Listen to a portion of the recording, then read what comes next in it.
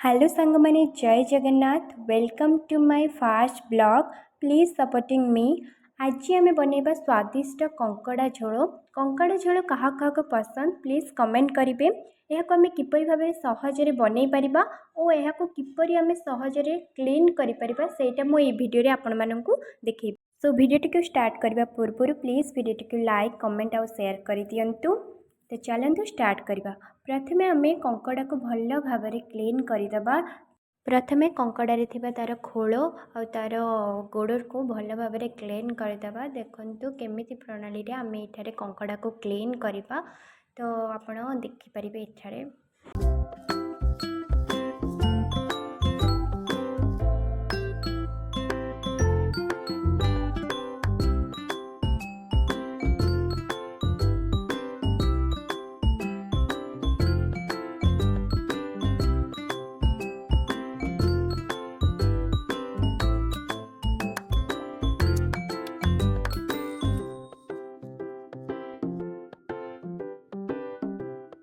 ये देखु कंकड़ा को भल भाव छड़ेबा परे आम कंकड़ा को 2-3 थर भल से धोईदेबा जहाँद्वारा कि कंकड़ा क्लीन हो। यापर मु कंकड़ा तरकारी मसला प्रस्तुत करने किछि पियाज टमाटो अदा रसुण कंचा लंका आउ किछि धनिया पत्र नहीं।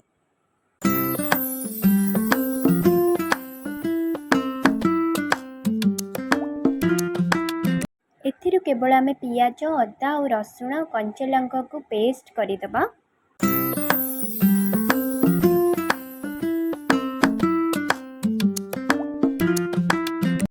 मसला प्रस्तुत कर सारिबा परे एठी देखंतु मु प्रथमे कंकड़ा रे किछि हळदी आ लूण पकाइकी ताहाको किछि समय पे मैरिनेट करके रखी देइछि। एठी मु तेल गरम हेबा परे सेथिरे सब मैरिनेट करी रखिथिबा कंकड़ा गुडी को पकई देइछि आ एहा को आमे किछि समय पर्यंत फ्राई करिबा।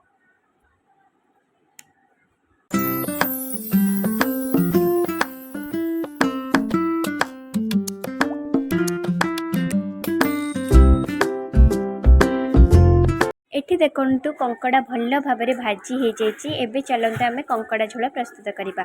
से प्रथमे कढ़ई रे किछि तेल पकई देइछि। यापर एठरे आम तेजपत्र पकईदबा। तेजपत्र को भल भाव भाजी देला परे सेथिरे आम किछि काटी रखिथिबा पियाज को पकईदबा। एठी देखंतु मो पियाज को किछि समय पर्यंत ताहा नाली हेबा पर्यंत फ्राए करुछि।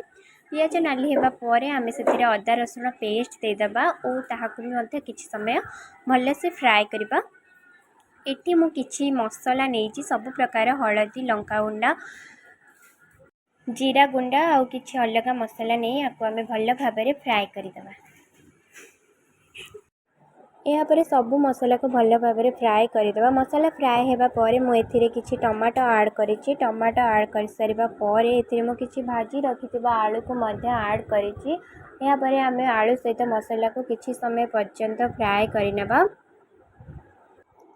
यापर मसला को भल भाव में कषि देइछि। एठी कषि सारिबा परे आम एथिरे भाजी रखिथिबा कंकड़ा सब को ऐड करदबा।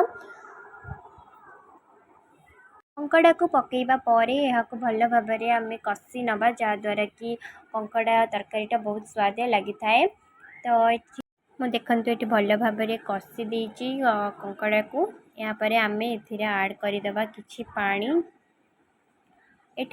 यहाँ पर कंकड़ा रे पानी ऐड कर सारिबा परे आम यहाँ को किछि समय पर्यंत फुटिबा को छाड़ीदेबा। तो ये देखंतु आमर रेडी हो गला स्वादिष्ट कंकड़ा झोल। देखंतु देखा केते सुंदर लगुच खाइबा को मध्य सेतिकी मात्रा टेस्टी मध्य लागिबो। तो प्लीज़ जदि भिडियोटी को आपको बहुत भल लगी तो प्लीज़ आपण ये भिडियोटी को लाइक करंतु और कमेंट करंतु जहाँद्वारा कि मो आगको एमती आहरी भिडियो आपण मानक पई आनी परिबी।